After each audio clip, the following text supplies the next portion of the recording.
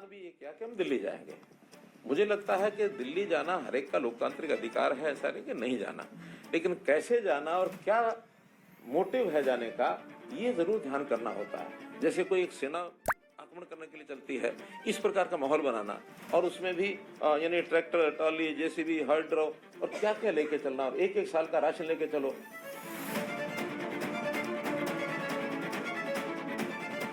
तो पहली बात तो कि विषय जो डिमांड है वो हरियाणा सरकार से नहीं है, वो सारी डिमांड सुन के केंद्र सरकार से जुड़ी हुई है। और उस केंद्र सरकार से जुड़ने के बाद उन्होंने आह्वान भी ये किया कि हम दिल्ली जाएंगे। मुझे लगता है कि दिल्ली जाना हर एक का लोकतांत्रिक अधिकार है, ऐसा नहीं कि नहीं जाना, लेकिन कैसे जाना और क्या मोटिव है जाने का, ये जरूर ध्यान करना होता है।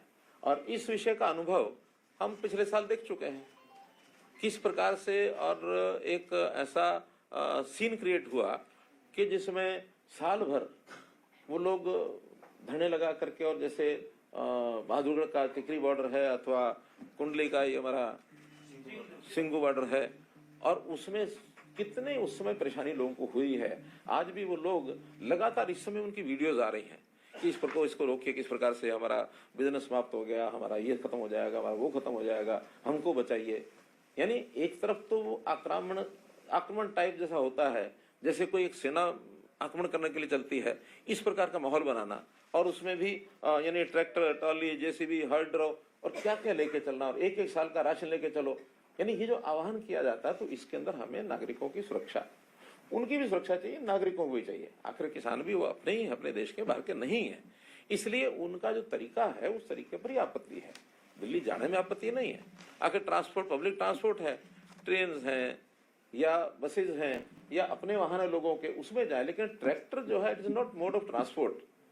ये ट्रैक्टर जो होता है और जो इस प्रकार से उसकी तैयारी करके जाना, ये हमारा एग्रीकल्चर इम्प्लीमेंट है, तो किसानी के लिए है। तो किसानी के लिए वो जाते हैं तो किसानी का काम करें, ऐसा चैलेंज होता है। ये एक प्रकार का अब इसको शब्द देना ठीक मैं नहीं समझता, क्योंकि उनके मानस में ये बात आई है।